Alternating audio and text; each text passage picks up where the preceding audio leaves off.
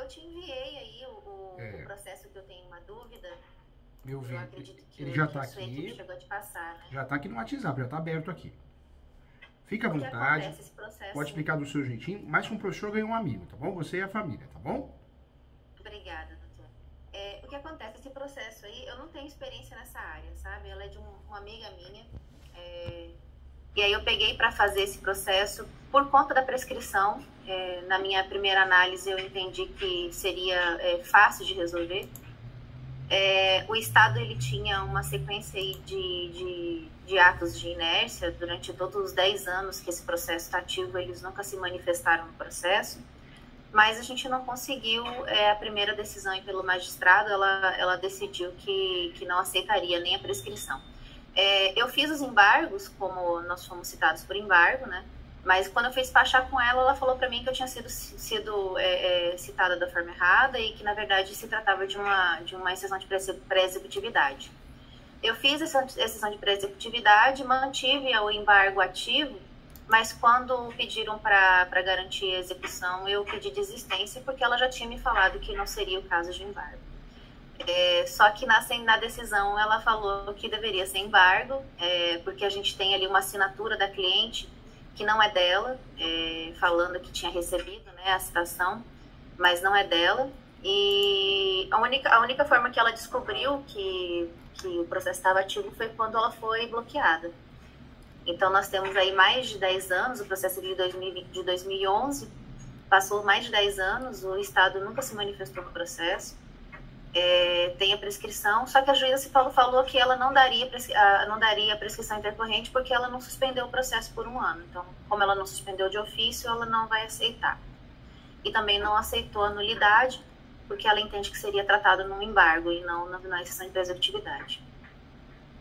Doutor, me fala uma coisa, nesse contexto, né, a doutora, hoje, a preocupação é salvar só o bem ou também regularizar?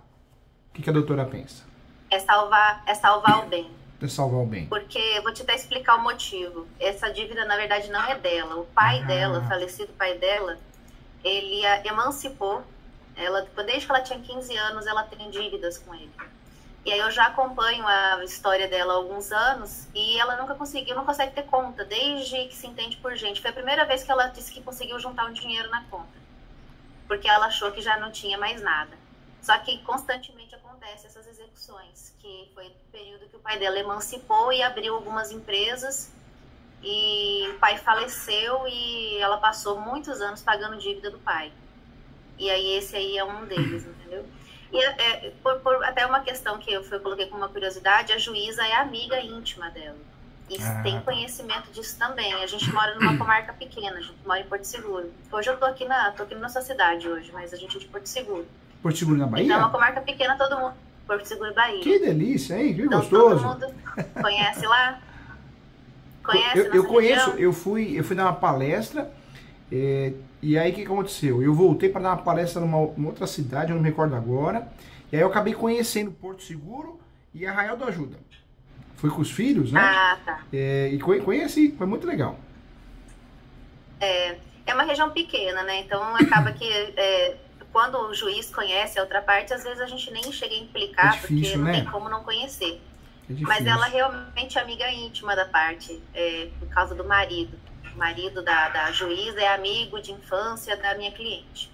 A gente não chegou a se manifestar quanto a isso, porque a gente só tem essa juíza e quando vai para outros magistrados acaba demorando mais. E aí mais acabei não me difícil, manifestando. né? Acaba ficando mais difícil, né? Acaba atrapalhando mais, né? Até porque o bem já foi bloqueado e ela precisava do dinheiro. Então eu não me manifestei, mas existe essa possibilidade também. Aí eu precisava dessas orientações. Se o senhor consegue me dar uma orientação no sentido de como prosseguir, de uma forma que eu consiga tentar salvar esse patrimônio. Até para ela também não ser bloqueada em mais valores, porque ela já foi bloqueada em R$11 mil e eles têm mais uns 4 mil para bloquear. Conta comigo sim, mais que o professor ganhou um amigo, quando estiver em São Paulo, se quiser tomar café aqui no escritório com a gente, a equipe é composta com... Vai ser uma honra. Vem assim. Eu não sei se a doutora conhece algum dos meus livros. Eu acompanho o senhor na parte de regularização imobiliária. Eu tenho uma empresa de regularização imobiliária em Porto Seguro. Lá a gente tem uma demanda grande de regularização. Meu marido é legal. engenheiro e aí a gente montou uma empresa que faz a Nossa, regularização completa, desde a obra até Deus é do maravilhoso, lote hein? à obra, né? Porque uniu o casal, né? É um casal que combina muito na profissão. Porque o engenheiro não tem o que falar, né? Ajuda muito na regularização administrativa. E a doutora, como advogada especialista, meu Deus do céu, é a dupla dinâmica, hein? Parabéns. É. Que legal. E aí a gente está focado nessa área de regularização, mas quando entra alguma coisa de que é de amigo, que acaba que... No caso dela, que ela realmente ficou com a corda no pescoço porque tirou tudo que ela tinha, eu realmente achei que seria oportuno ajudar. Mas realmente não é minha área, a área de execução não é minha área. Eu te conhecia da área de regularização, que eu gosto muito das aulas, inclusive. Que legal. São muito boas. Eu agradeço. E aí eu precisava dessa ajuda, verificar se você consegue me dar uma orientação, porque a magistrada ela deu 5 dias para a gente se manifestar quanto à empenhorabilidade do bem. Não está numa conta poupança, mas é verba salarial, porque tudo que ela recebe é salarial, né, na verdade. Então eu não sei como é que seria essa questão aí de se a gente conseguiria pedir a empenhorabilidade com uma antecipação de tutela, até que fosse julgado o embargo. Até como eu já protocolei o embargo, eu já não sei também se o meu prazo ainda para o embargo ainda é ativo, eu fiquei meio na dúvida quanto a isso. E a questão também se seria cabível um recurso, porque o entendimento da magistrada é muito diferente do que eu vi de jurisprudência. Então, eu não sei se você me orientaria no sentido de recorrer. Também não. Desse ponto em diante, eu realmente não tenho experiência nenhuma. Conta comigo, doutora. Eu tô com o material aberto aqui. Eu te convido a fazer a pós, a doutora e o maridão.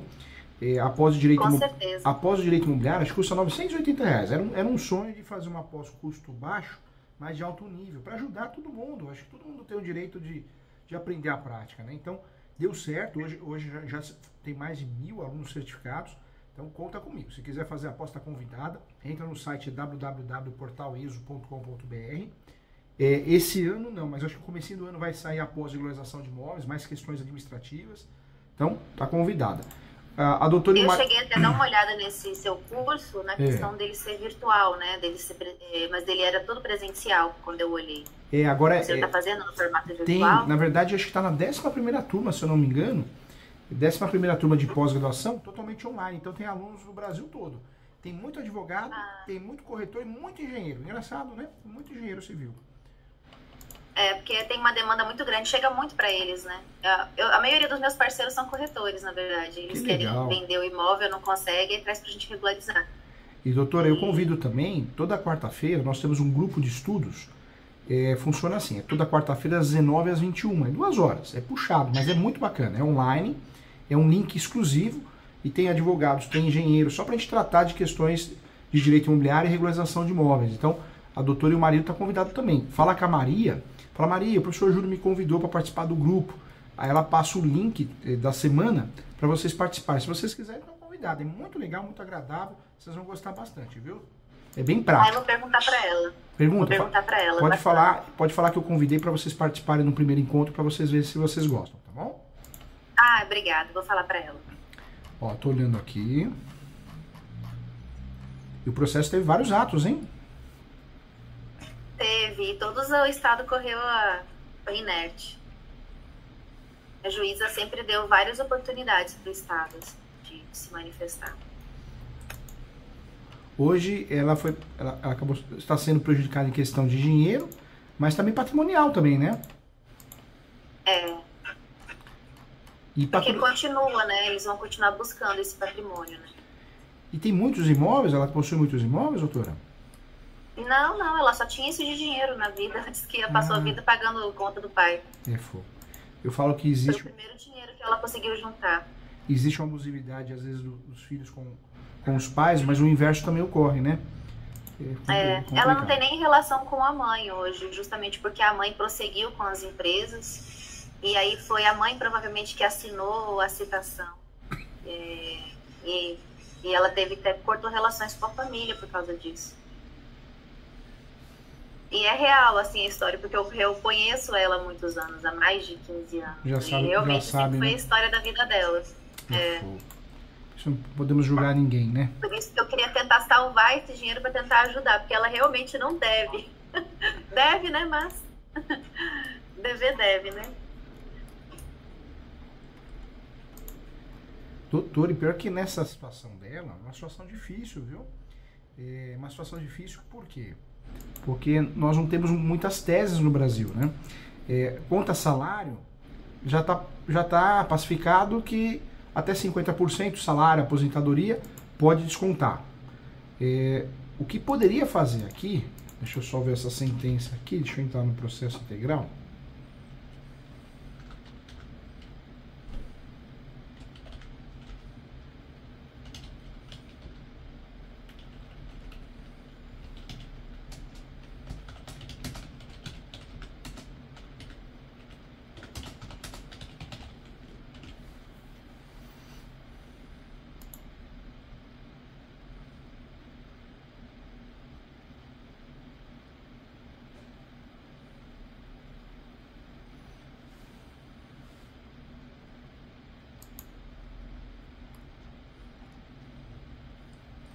Vai ter que fazer isso. A única tese que nós temos é essa mesmo. Na verdade, vai ter que bater que o bloqueio não pode ser integral. Mas é uma tese frágil, né? Porque o bloqueio foi integral. Foi integral. Então, na verdade... Então, não poderia ser, teria que ter 50% para essa verba salarial. Doutora, na verdade, não vai conseguir salvar tudo, não. Parte, sim, né? Então, a tese que pode ser feita... É o uso que o bloqueio foi feito integral, então ele foi abusivo. Porque na aposentadoria e na conta salário, ou do salário, só pode ser bloqueado 50% e não integral. Então a tese é essa. A doutora vai ter que usar a tese usou na verdade, né? Mas vai ter que usar a tese do 833 do Código de Processo Civil, o artigo 833, e falar que ocorreu bloqueio integral. E não pode ocorrer isso porque é uma conta salário. É muito difícil nesse caso. Na verdade, não é conta salário, é uma conta, né? Virtual. A conta não é salário. É uma conta virtual. Doutora, me fala uma coisa. Ela conseguiria provar que ela recebe por intermédio dessa conta alguma coisa? Se ela presta... Consegue? Na verdade, ela recebe um salário fixo de uma empresa que ela trabalha, que dá uns 3 mil e alguma coisa.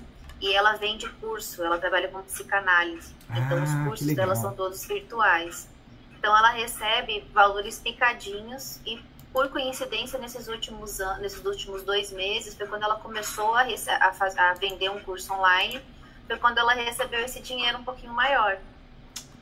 Então, tudo de salário mesmo. Mas daria para comprovar, porque todo esse dinheiro que entrou foi de remuneração. Então, vamos fazer isso, vamos trabalhar com essa tese. A exceção de pré-executividade é uma ação traiçoeira, eu falo. O CPC, ele permitiu, né, o uso dela, mas ela continua sendo uma ação traiçoeira.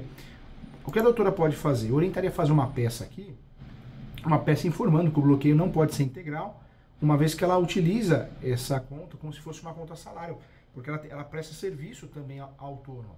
E tentar despachar com o juiz ou a juíza nesse sentido. Por quê? Porque é a única forma da gente tentar reverter pelo menos parte disso, né? Olha só.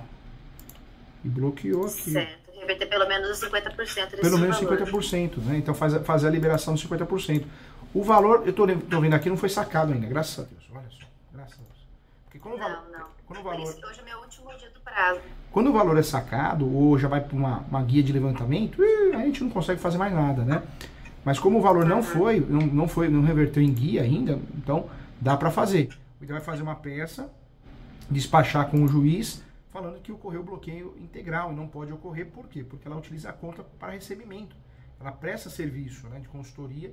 Então, fazendo uma conexão, uma analogia à conta salário, ela não poderia ter esse desconto, né? Então, essa é a justificativa.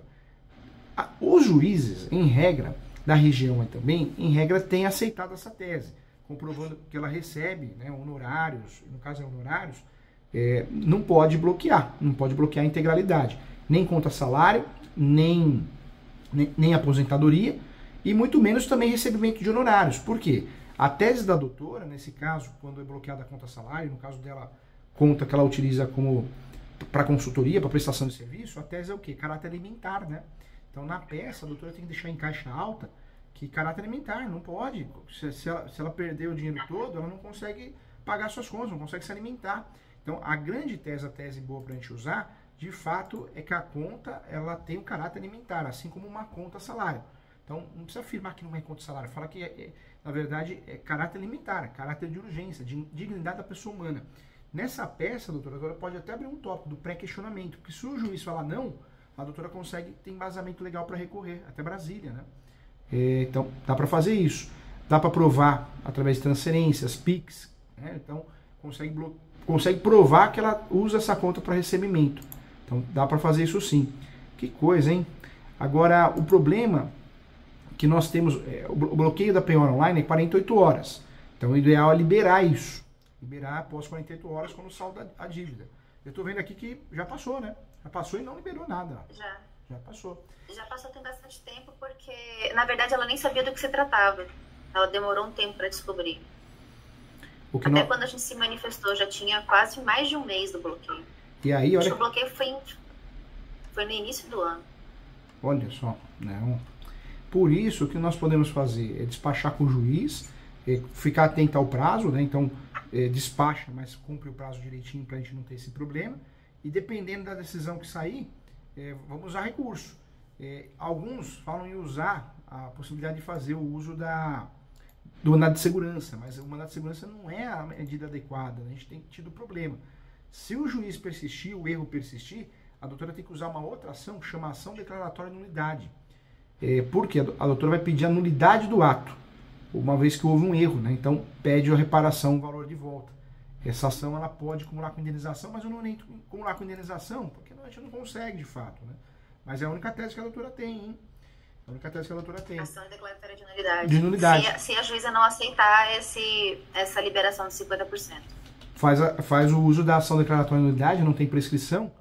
É melhor, muitas vezes é uma ação mais adequada que o próprio mandado de segurança, né? O mandado de segurança é uma ação ilusória, né? A gente não tem muita instrução probatória. Então seria uma saída também. Mas o ideal é resolver isso nesse despacho. O judiciário, um juiz decente, uma juíza, ele vai liberar sim. Vai liberar, na verdade ele vai fazer o quê? O estorno da operação, né? 50% vai voltar para ela, só poderia bloquear 50%. Caráter alimentar, essa é a nossa tese, né?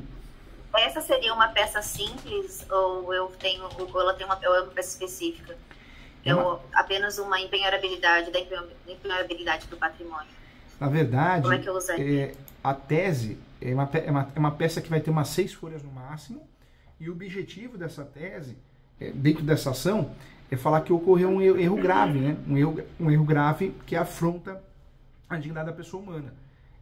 Dependendo do estado, até a gente usa o mandado de segurança, mas aí não tem gerado efeito. O mandado de segurança é uma ação muito fraca para isso, né? Então, eu oriento fazer o quê? Cumprir o prazo direitinho, mas despachar com o juiz com urgência. Pode ser online, pode ser... É o único meio que nós temos, né? E o problema é despachar com a nossa juíza. A nossa juíza só abre a agenda às sextas-feiras, no final do dia, e depois ela só atende às quartas ou quintas-feiras da outra semana. Infelizmente a gente tem um pouquinho de juizite lá. Tem muito juizite. Doutora, o que pode ser feito também, às vezes o despacho é através de e-mail, né?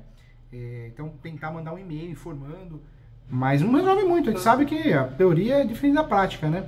Infelizmente, o caso do judiciário é muito grande.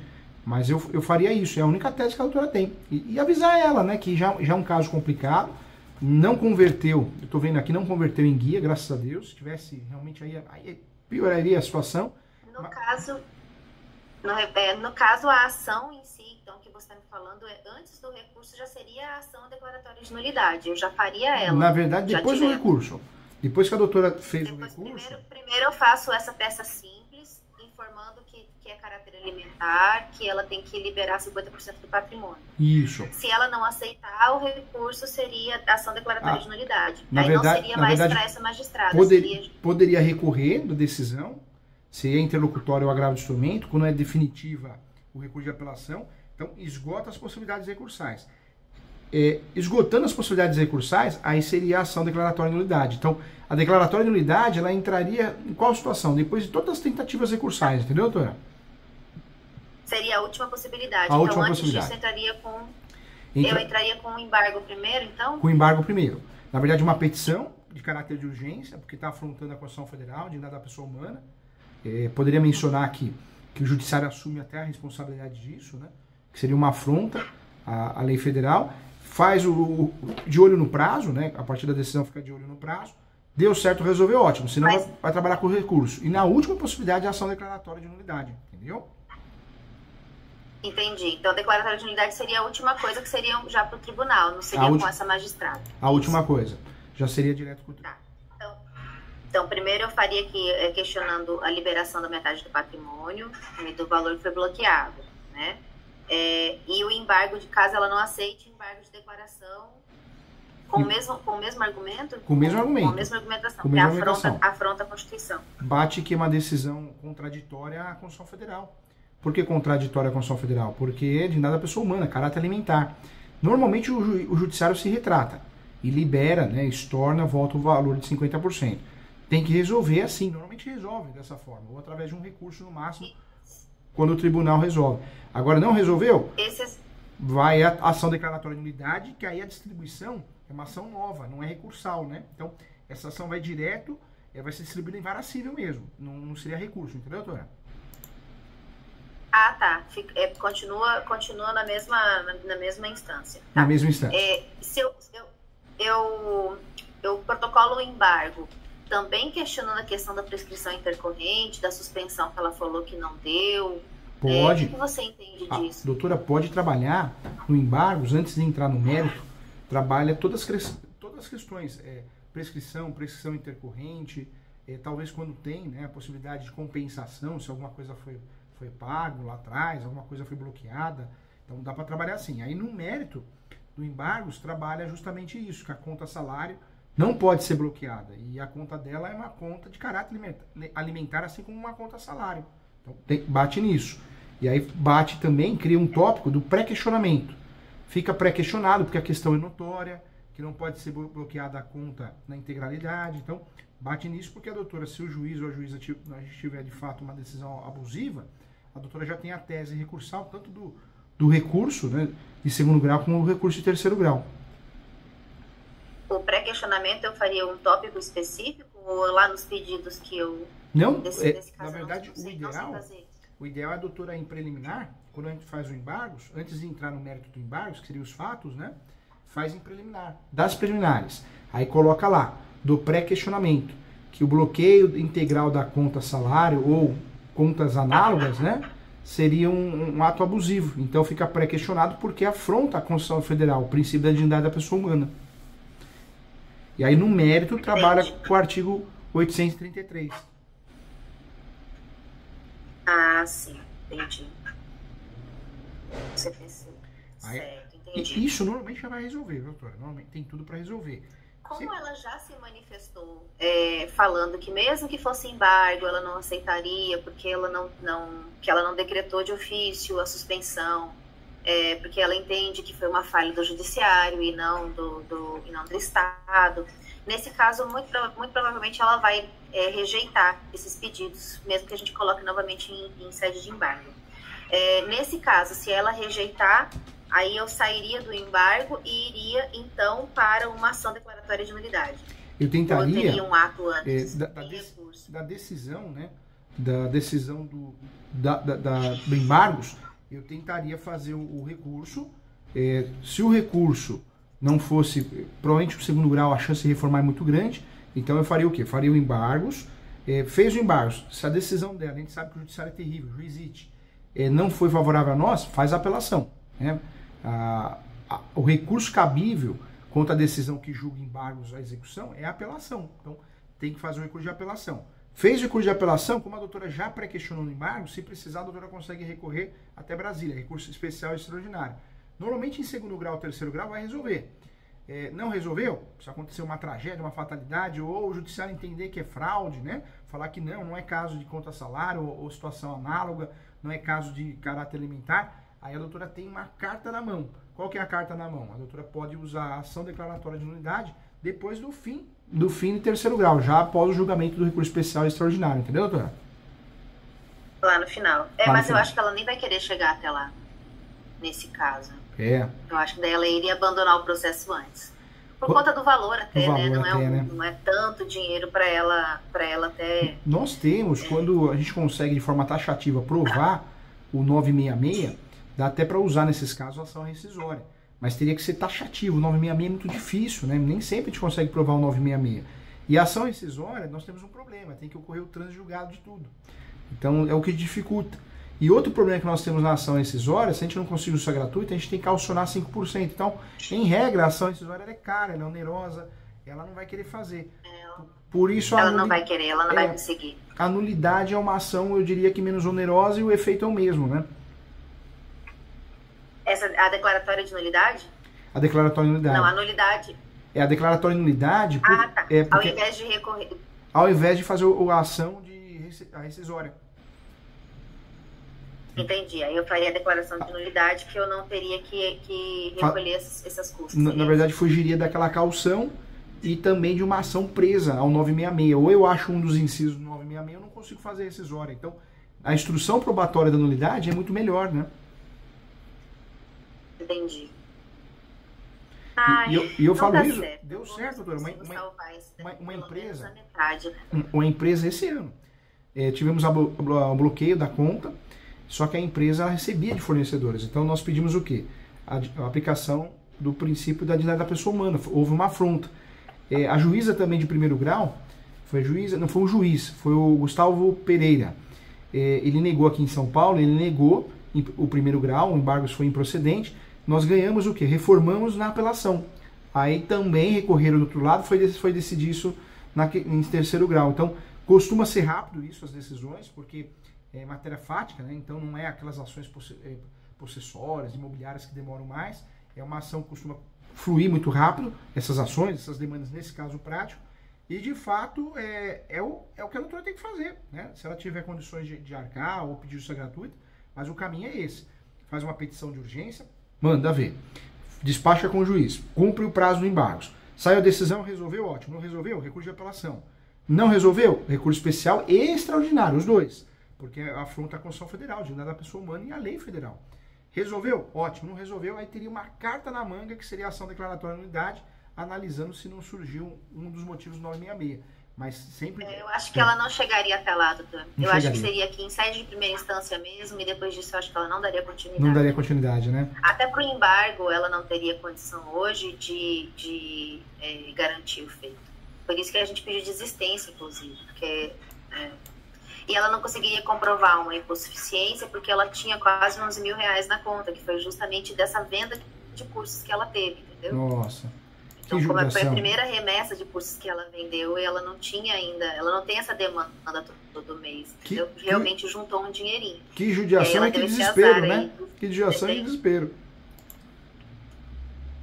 Exatamente, que na hora que ela conseguiu juntar uma grana, e realmente a história é real, assim, parece que é uma história, um conto para agradar o juiz, mas não, é verdade mesmo a história dela.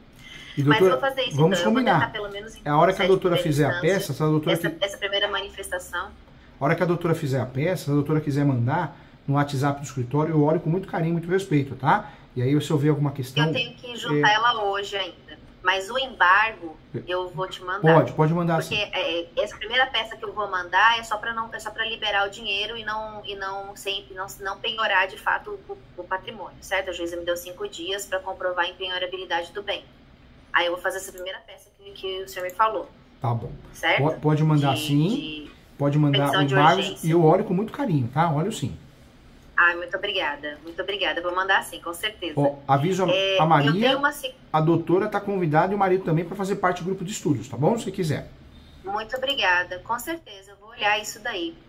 Eu tenho uma segunda demanda, não sei se a gente tem um tempinho, se der tempo, só de você dar uma olhada e me dar uma orientação. Na verdade, é só uma dica. Com certeza. Esse é na área de inventários.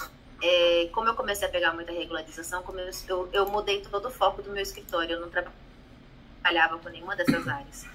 E aí, quando eu comecei a trabalhar com regularização imobiliária, e eu fechei as portas para as outras áreas. Eu parei de trabalhar com trabalhista, e doutora, tem que fazer isso mesmo. Tudo e só me voltei. Deus é tão bom, nosso anjinho da guarda, que às vezes a gente atua numa área e as coisas vão acontecendo em outra. Então, tem que fazer isso mesmo.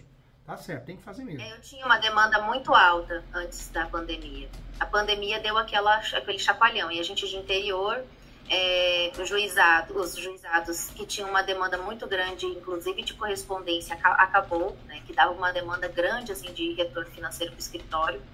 E aí, quando a gente retornou da pandemia, não tinha mais sentença, não tinha mais cliente novo, porque todo mundo ficou trancado em casa, literalmente. Lá foi a pandemia, foi até o fim. E aí eu falei, não, vou me direcionar para uma área que eu gosto. Eu sempre gostei dessa área, da área imobiliária. E é uma área carente, e sempre gostei né? de inventar. E sempre gostei da área de sucessão. E lá realmente não tem, tá? Vou te falar assim que eu sou uma das únicas pessoas que trabalham com essa área pro extrajudicial, principalmente. A gente tem que chegar no cartório e chacoalhar o registrador pedindo para ele fazer um uso capião. Tem que brigar. Eles não fazem. Não faz. Entender a situação lá. Eu falo que vendem para nós, né, doutora? Eu falo que eu fui o segundo advogado no Brasil a fazer o uso capião extrajudicial. Saiu uma matéria, até na Carta Forense, na Tribuna do Direito, na Veja também. E eu fiquei muito feliz na época. Falei, nossa, esse negócio vai dar muito certo. Mas não vai dar. Na verdade, quando nós falamos de uso capião, pelo menos cada 100 casos, 98 é judicial. Inventário, aí tudo bem, inventário é muito utilizado porque é rápido mesmo, né? Divórcio também, dissolução de união estável. Mas a advocacia extrajudicial ela é interessante em algumas situações. Em outras, vem de uma coisa que não existe, né? Então a gente precisa tomar muito cuidado, porque a advocacia extrajudicial ela é muito funcional em diversas situações. Mas há algumas que a gente tem regras novas, ela não é funcional. O uso capião já não dá muito certo, né? Então tem muito isso. Às vezes é mais fácil você conseguir fazer uma REURB, uma regularização através de REURB, do que propriamente através de uso capião extrajudicial. Mas a advocacia extrajudicial, quando dá para usar... Minha região está fazendo, já abriu uma secretaria própria para REURB, mas eles também estão completamente perdidos. E aí tem áreas que elas já têm registro e a gente não consegue fazer pela lei municipal, né? Daí tem que ser pelo uso capião mesmo. Mas aí a gente está tentando, né? Estamos empurrando goela abaixo, explica para o cliente, quando o cliente não tem pressa, eu vou para o extrajudicial primeiro e encho a paciência deles primeiro. Se eles não aceitam, a gente leva para o judiciário. E leva para o judiciário com ata notarial e fala para o juiz, ó, a ata notarial foi não vem implicar aqui. O nosso sabedor, que já é um senhorzinho de 80 anos, ele não quer fazer. Ele tem 80 anos. E aí, trava lá. Enfim, quando eu comecei a trabalhar com essa área, aí começou a entrar inventários, né? Porque divórcios, e aí começou a entrar essas outras áreas que são específicas aí, que vêm em combo quase, né, com a regularização. E aí nessa entrou um inventário para mim, que foi esse segundo que eu te enviei aí. Eu queria uma dica sua, se der tempo. Conta comigo. O que acontece? Esse inventário ele foi de uma colega de trabalho lá, muito antiga da cidade, muito respeitada, só que a colega perdeu muito prazo, fez muita coisa errada no processo. Ao ponto do juiz pedir para que a inventariante se manifestasse, falasse os seus endereços, estando viva, ativa, sendo até próxima da advogada, e a advogada perdeu os prazos, o juiz nomeou acertadamente uma empresa, um inventariante judicial. E essa inventariante judicial foi se manifestar só 1 ano depois, 2 anos depois que foi nomeada, fez uma petição bem genérica falando de todo o patrimônio. E é uma família que tem muito patrimônio, família antiga ali da região. Eles tinham muitos imóveis e foi o que cresceu ali até o interesse da inventariante, né, de cuidar do patrimônio. Então, mas eles têm muitos patrimônios e um dos imóveis, inclusive, é a sede da Polícia Militar lá, que é assim um imóvel relativamente grande ali na região e é deles também. O que acontece? Ao longo dos 30 anos que esse inventário está ativo, 30 anos. 30 anos, meu Deus do céu. A família foi vendendo, 30 anos. A família foi vendendo patrimônio, a viúva foi vendendo, tinha filhos pequenos ainda. Ela foi vendendo e em alguns casos o magistrado foi autorizando a venda. Foi trocando de magistrado e em alguns casos ela foi vendendo e não foi registrado. Ou foi registrado e o nosso cartório é muito falho, porque houveram trocas de cartórios. O cartório anterior era um tanto corrupto e a gente tem um tanto de coisa para resolver hoje em dia, graças a Deus, por causa desse cartório que era muito ruim, porque eles faziam escrituras falsas. Tinha um monte de situação lá que hoje dá trabalho bom para mim, graças a Deus. Não posso reclamar deles, não. E aí e o que acontece? Eles venderam muitos imóveis, desses 30, eles só tem um. Nossa, eles venderam tudo e nem tudo foi saneado no processo. Sobrou um, tá? Porque 30 anos passaram. E aí não foi saneado no processo. E agora, há 1 ano atrás, a esposa também faleceu. E a família me procurou para regularizar um outro imóvel. E aí, por coincidência, me falou que gostaria que eu cuidasse do patrimônio, do inventário da mãe. Foi quando eu abri o processo do inventário do pai, que é falecido há 30 anos, e vi toda essa situação. Inventariante, patrimônio que não é mais deles, que não foi informado. Tem escritura que eles fizeram no extrajudicial, que eles conseguiram fazer a transmissão com a assinatura de todos os herdeiros, mas que também não foi levado ao conhecimento do magistrado. Então, não foi saneado. O que acontece? Eu queria uma dica sua. Primeira coisa que eu fiz, eu tentei remover o inventariante. Então, eu entrei com uma petição autônoma, pedindo para que fosse removido o inventariante. Falei que eles não estavam cuidando do patrimônio, que eles nunca entraram em contato sequer para saber se do estado, né, da família, porque a esposa,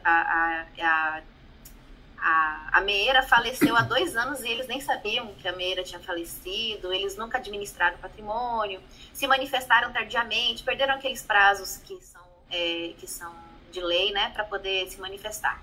Então eu falei mal deles de ponta de cabo a rabo. E pedi para o magistrado para remover, porque o valor que eles estão visando é bem alto, se for colocar no honorário que eles estão se baseando no honorário de patrimônios que já foram vendidos e a família não tem mais acesso, né? A minha segunda situação, aí eu pedi uma remoção de inventariante. Doutora, uma curiosidade, e quem tem a posse desse imóvel?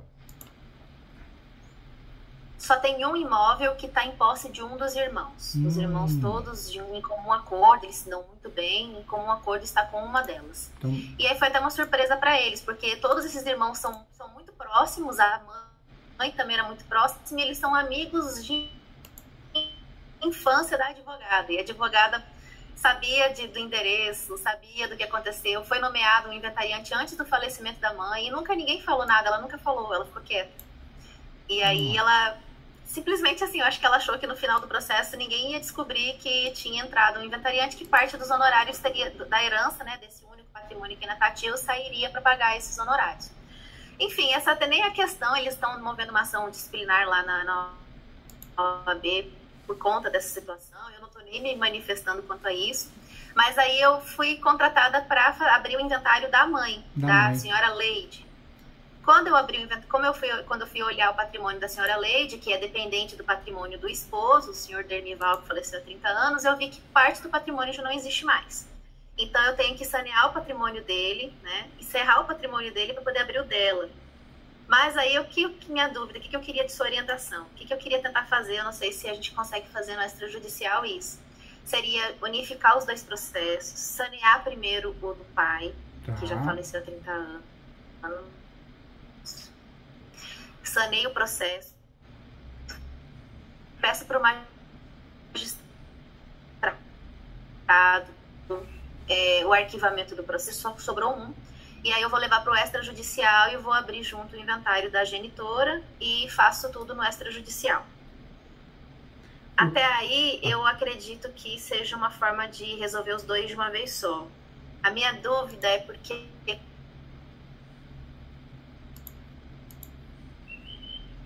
Entende minha dúvida? Porque eu não sei como que eu vou provar que o que foi vendido antes, porque eles não têm, a maioria não foi transferido. E doutora, me fala uma coisa. Eu não sei o que fazer. Não, conta comigo. Tô pensando numa estratégia que pode ser que a doutora goste aqui, uma estratégia que talvez eu usaria. Me fala uma coisa, eles se dão bem. Qual que é a intenção deles? Regularizar o imóvel, vender, alugar? Qual que seria a intenção deles? Já foi tudo vendido, né? Só ficou um imóvel. Eles querem só encerrar esse processo.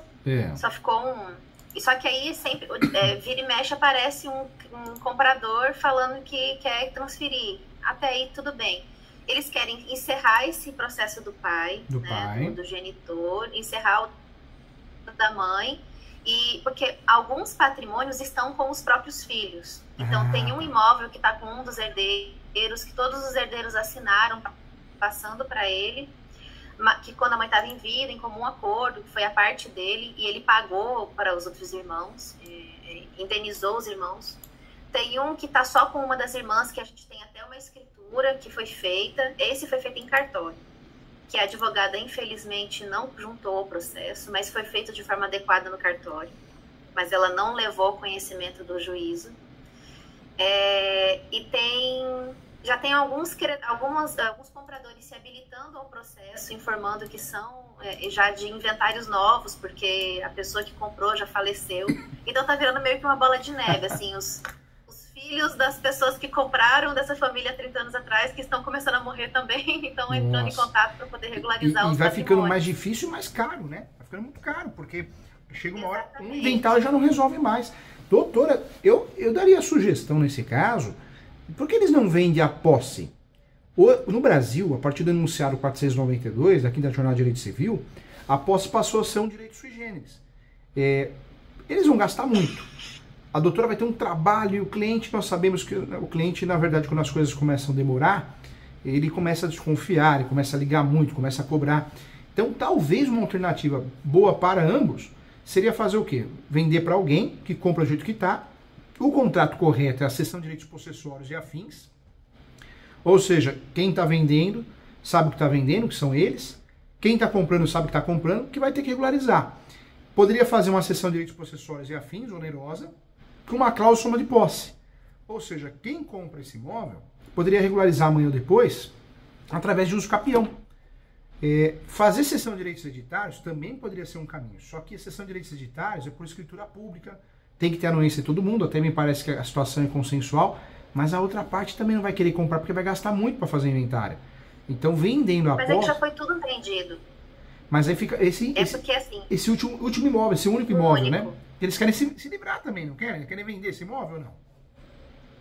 Não, eles dizem que não tem interesse em vender porque uma das irmãs mora, eles estão em comum acordo em deixar com ela. Mas, de qualquer forma, assim, a minha preocupação é a seguinte: eu tenho 18 imóveis, acho que são 18 imóveis que já foram vendidos desse jeito, por posse. Nossa. Alguns foram por cessão de direitos hereditários com escritura. Até aí, tudo bem. Aí tem esse imóvel que é uma pendência. Aí a minha dúvida é como é que eu vou fazer para encerrar esse processo e recolher as custas. Entendi. Porque já foi tudo vendido, a maioria deles. Como já foi vendido e ninguém entrou em contato, ninguém procurou, vai sair muito caro para regularizar. Eu faria o quê? Se eles se dão bem e eles, de certa forma, fica com você, irmão, o imóvel é seu, por que eles não assinam uma carta de anuência ou uma carta de uma folha? Cessão de direitos possessórios ou cessão de direitos hereditários, só que tem que ser pública, né? Fica mais cara. Mas pode ser também. E talvez a irmã que tem a posse faz um uso capião no nome dela de forma exclusiva, entendeu, doutora? Nós temos um RESP agora que é possível o herdeiro que tem a posse exclusiva fazer uso capião. Seria uma jogada de mestre, por quê? Fugiria desse inventário. Eles cedem o uso, mas eles não vão querer abrir mão. Não vão querer abrir mão? Mas aí poderia, numa reunião, falar, entendeu? Olha... Eu acho que eles cedem para ela usar. Entendi. O que poderia explicar para eles... Não para ela ficar, entendeu? Entendi. O que poderia explicar para eles, talvez, uma boa alternativa, seria o quê? É interessante fazer uso capião no nome dela porque ela tem a posse de fato. Isso vai resolver, ela vai se tornar proprietária. Só que assina um contrato de gaveta dizendo que, após a regularização, ela ficou obrigada de fazer a transmissão para eles, da quarta parte de cada um. Ou numa futura venda que ela terá que dividir. Talvez isso dê mais segurança para eles. É uma forma estratégica da gente fugir desse inventário problemático, porque é muito caro, né? Caro e desarquivar o processo, né? Ou dar andamento a ele para terminar as questões do inventário. Não, acho que já está no embrolho. As pessoas que compraram ali já... Ele não está arquivado. Ele não está arquivado, ele continua ativo. Continua ativo? Ele nunca foi arquivado, continua ativo. Porque esse processo, na verdade, eu acho que até essa questão, eu acho que eu não conseguiria fazer, porque esse imóvel que eu te falei, que é o da Polícia Militar, que é um imóvel muito grande lá, ele está numa discussão também com o Estado, porque na época o senhor Dermival, que é o falecido pai, ele não recebeu o valor financeiro que foi combinado com o município à época. Deus. E aí foi travado um processo que é da mesma advogada. Esse processo também tem seus 18, 20 anos.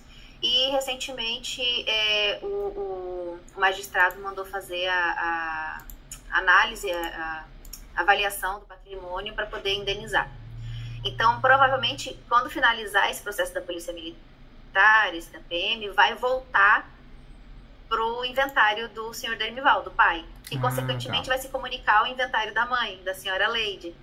E aí, assim, é um imbróglio. É embrólio.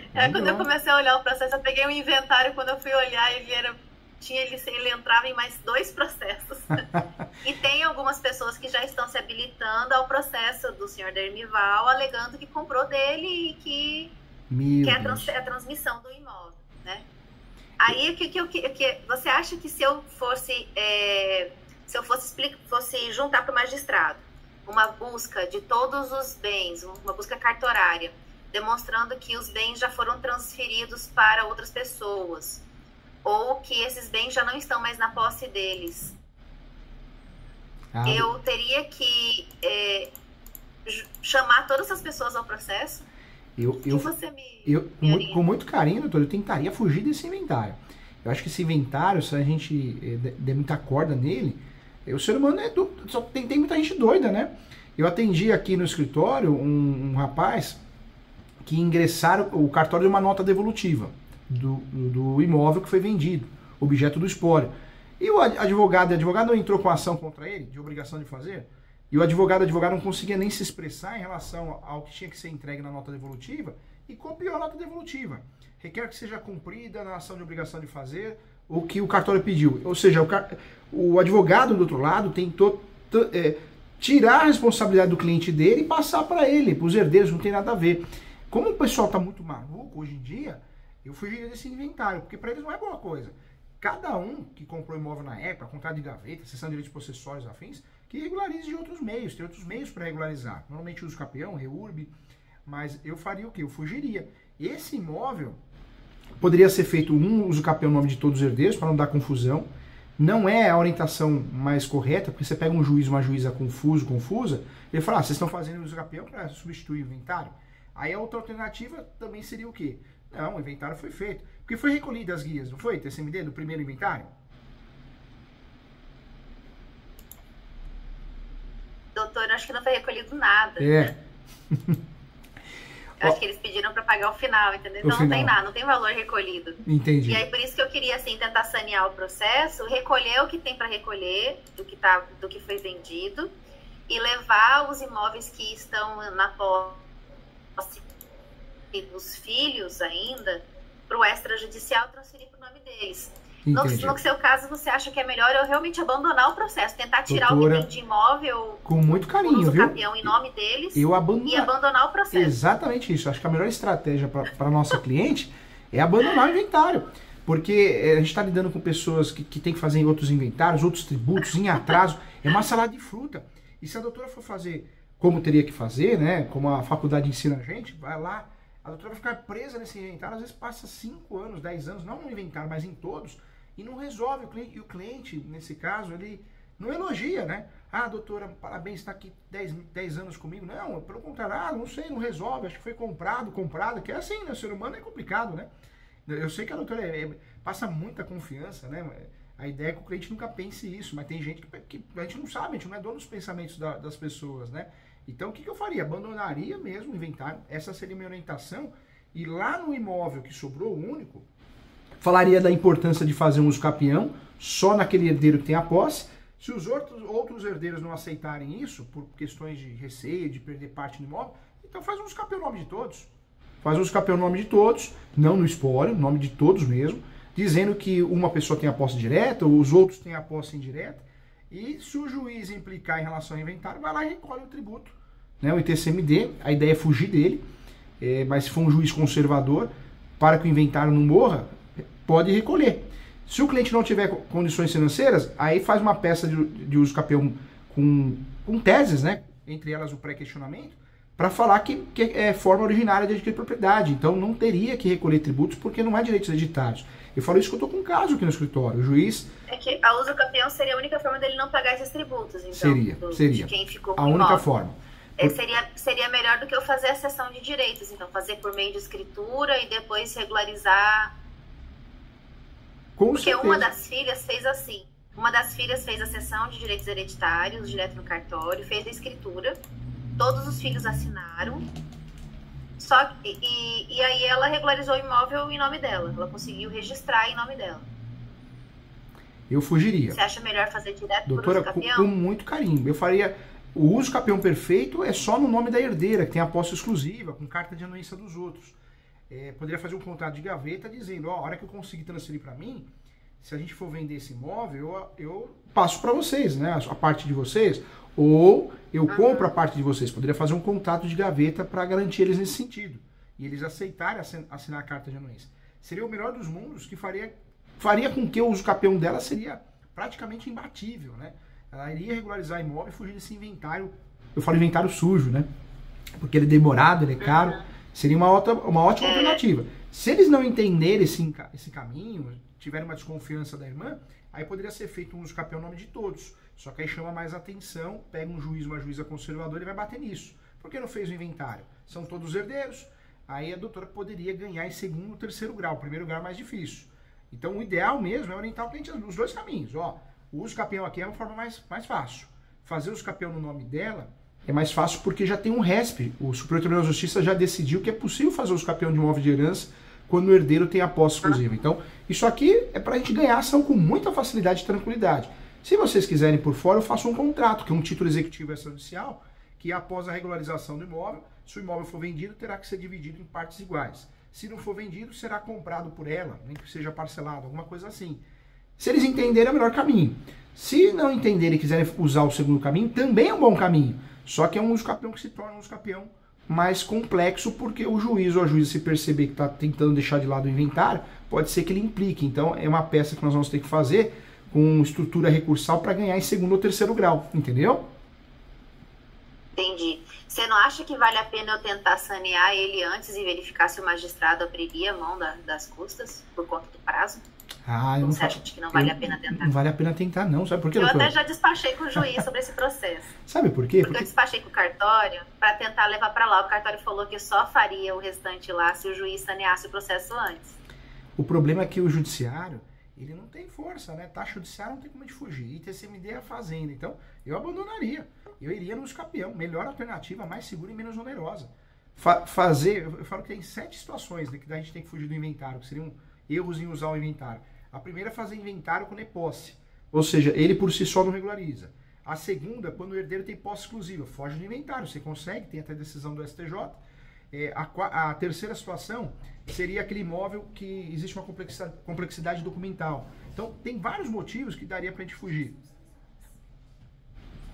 Eu fugiria. Eu deixaria, com muito carinho, eu deixaria de lado esse inventário, não mexeria nele e iria tratar desse caso com uso capião. A melhor das hipóteses é fazer o uso capião só no nome dela, né? Porque fica mais fácil a gente ganhar. A chance, né? A facilidade é muito maior, né? Mas aí, no caso, quando esse processo da Polícia Militar sair, ele vai ser comunicado no inventário. E aí, automaticamente, Mas o uso capião... Automaticamente eu volto para o inventário. Mas o uso capião é forma originária. A doutora ganhando o uso capião aqui, se o inventário tiver o seu devido andamento, já era. O inventário, a decisão do inventário não sobrepõe a decisão do uso capião, que até lá já regularizou o imóvel. Não, mas nem seria sobre a questão do uso capião. Se os patrimônios, você acha melhor a gente fazer por uso capião e abandonar todos os outros patrimônios, tudo bem. Mas aí esse patrimônio da Polícia Militar, ele também está se comunicando a esse inventário. Então eu vou abandonar o inventário, mas em algum momento vai voltar esse... Entendi. Eu não vou conseguir arquivar esse inventário. O que a doutora pode fazer... quando sair o dinheiro desse processo da Polícia Militar, ele vai se comunicar de novo.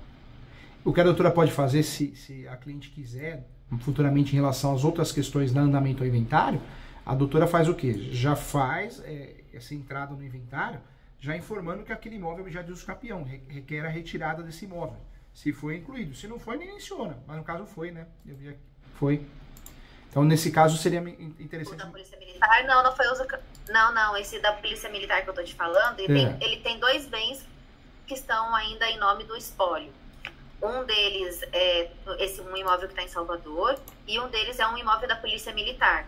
Esse de Salvador, tudo bem, a irmã mora lá e eu consigo fazer uso capião dele, tá? Tá. A minha dúvida é quanto ao processo da Polícia Militar, porque quando sair o processo da Polícia Militar determinando quanto que o Estado tem que indenizar a família, vai voltar a indenização e vai cair direto no inventário. Ou eu conseguiria pedir para cair já direto no nome dos herdeiros. Não. Eu não vou conseguir, porque o inventário não foi finalizado. Na verdade, não consegue, porque o único pedido que nós podemos fazer é o alvará judicial. Né? Então, juiz, libera esse valor aqui de menor valor para poder custear o inventário. É uma tese. Mas aí teria que ter em discussão outros bens. E não tem, né? Não é um tem. patrimônio de uns 8 milhões, eu acho que eles não vão conseguir então dá fazer. para usar, hein? Então o que a doutora pode fazer? Em relação ao imóvel que ela mora, essa herdeira, pensar em uso capião. Seria estratégia menos onerosa e mais segura e mais rápida. Em relação ao inventário em si, dá até para dar andamento, tentar dar andamento, substituir a inventariante. E aí, se conseguir isso, pede a substituição da inventariante, né? E também pode pedir alvará judicial, fala que precisa custear, os herdeiros não têm condições, então quer o quê? Quer a substituição, né? Quer de fato a substituição da exoneração e quer alvará judicial para liberação desse valor. Dá para pedir, doutora. Se cair na conta, né? Dá para pedir a alvará judicial para o levantamento desse valor para custear o inventário, entendeu? Não, mas você fala para poder pagar as custas do inventário. As custas. É que, na verdade, assim, você me falou para eu poder tirar todos os patrimônios que tem do inventário e fazer uma uso capião dos imóveis para não ter que pagar as custas, meio que abandonar o processo. Isso. Só que eu tenho um processo à parte que está correndo, que está fazendo busca para verificar quanto que esse imóvel vale. E já é um processo à parte mesmo. Quando esse dinheiro sair, já é um processo à parte, não está comunicado ao uso capião, ao inventário, né? E que processo que é? É a obrigação de fazer? Ele é uma obrigação de fazer. De fazer. Ele foi aberto o inventário, Dermival morreu, foi aberto o inventário. Aí a falecida esposa abriu um processo contra o Estado por conta de uma indenização que eles não tinham recebido. Eles venderam e não receberam. Aí o processo durou aí seus quase 20 anos e agora o Estado foi condenado de fato e o magistrado mandou fazer uma perícia para verificar quanto que o imóvel vale.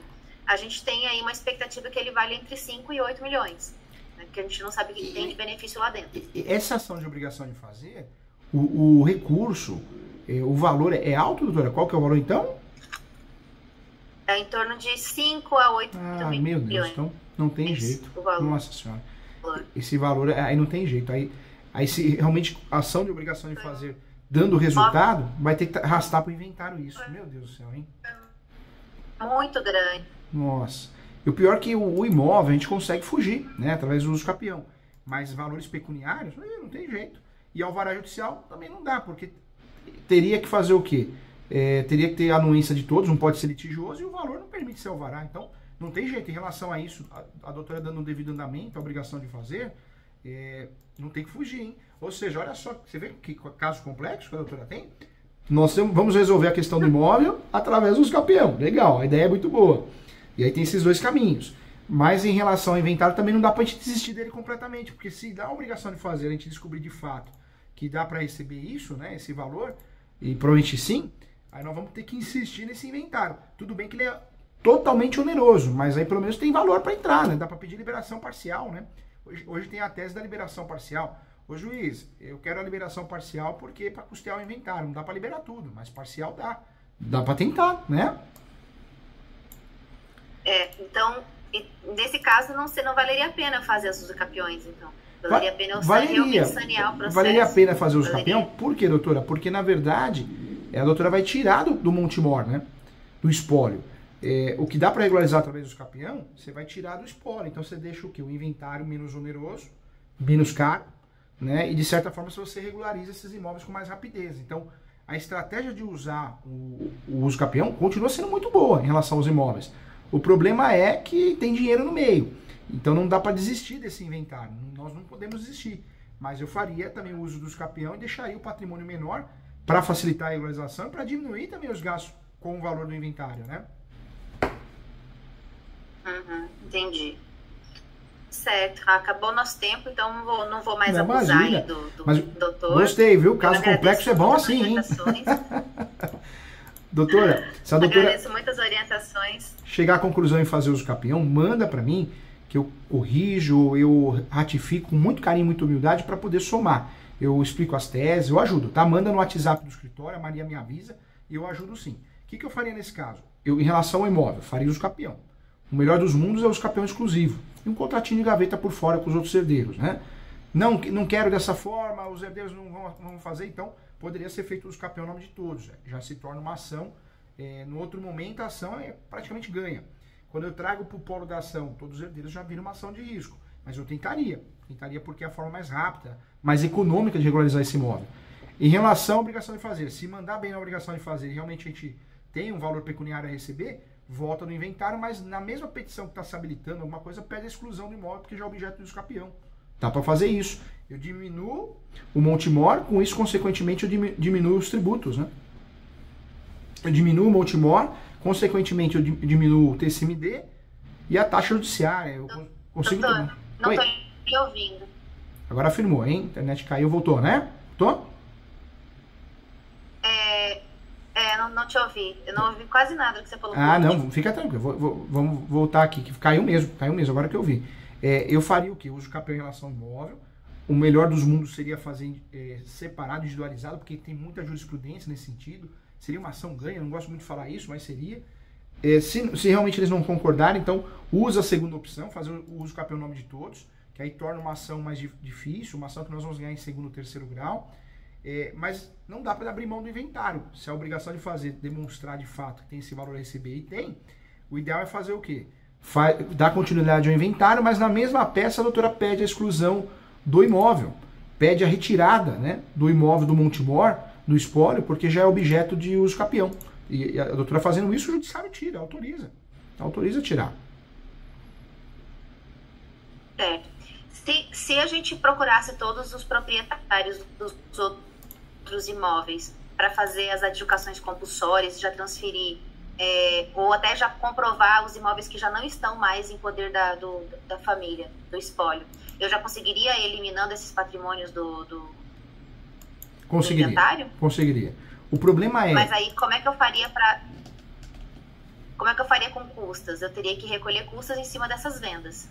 Não, na verdade, se a doutora tem um contrato de gaveta, uma escritura pública, o que a doutora faz? Ó, juiz, eu quero a exclusão desse imóvel, porque não faz parte do Montemor, já foi vendido. A pessoa tem aí a possibilidade de regularizar de outra forma. Não faz mais parte do Montemor, já não era de propriedade do falecido ou falecida. Ah, tá. Entendeu? Se eu provar que não é mais deles, eu não preciso pagar esses imóveis. Não precisa mais pagar esses imóveis. Por isso é interessante, olha que legal. Já pensou tirar esse imóvel que nós falamos através do usucapião? Mais barato, menos oneroso, né? E mais fácil de regularizar. E os outros, olha que legal, se a gente conseguir tirar, alegando e provando, através de contrato de gaveta, às vezes declarações que esses imóveis não fazem mais parte do espólio. Nossa, tá caindo, né? Voltou, agora voltou. Meu Deus, voltou. A gente provando que esses imóveis já foram vendidos, o que a gente consegue fazer no espólio? Ó, diminuir. Então esse espólio fica muito mais rápido para que o juiz julgue e também muito menos oneroso em relação à tributação, né? Não recolher o tributo, o ITCMD. Exatamente. Pronto. Então, entendi, vamos fazer isso. Então, qual a orientação? Usa o capião naquele imóvel. A peça do embargo, pra você dar uma olhada para mim. Olho sim. E uso o capião que eu faço aqui no extrajudicial, eu faço ata notorial. Vou te mandar como é que eu faço o modelo do que eu utilizo, pra você me falar se tá bacana. Tá bom. Você me dá uma dica. Dou uma dica sim. Conta comigo, tá? Qualquer coisa à disposição. Obrigada, doutor. Muito obrigada. Deixa eu fazer uma foto nossa para poder publicar. Faz, doutora, faz sim. Reunião com o doutor. Eu gosto muito das suas aulas, doutor. Que eu legal. Sempre acompanho. Fico muito feliz. Conta comigo. De verdade. Faz a posse. Tanto que na hora que eu precisei, uma outra oportunidade eu também já tinha tentado fazer uma reunião contigo num outro processo. Na verdade, foi quando eu peguei esse processo de inventário, que eu fiquei transtornada com tanta coisa. Eu falei, eu vou pedir orientação de alguém que tenha mais experiência. Conta comigo sim. Aí eu marquei, só que você só tinha horário assim para 2 meses. Fazer uma... Vou colocar lá nas redes sociais e te marcar. Pode me marcar. Conta obrigada, comigo, tem um amigo aqui. Muito obrigada pela sua... A doutora está convidada e o maridão também a participar do grupo de estudos e após também, tá bom? Entra no site, tem vários cursos gratuitos na Escola Superior Universitária. Tchau, doutora. Fica com Deus. Com certeza, essa é uma área que eu estou focando bastante. Foca sim. Viu? Parabéns, viu, Até pelo mais. trabalho. Tchau, tchau. Tchau, tchau.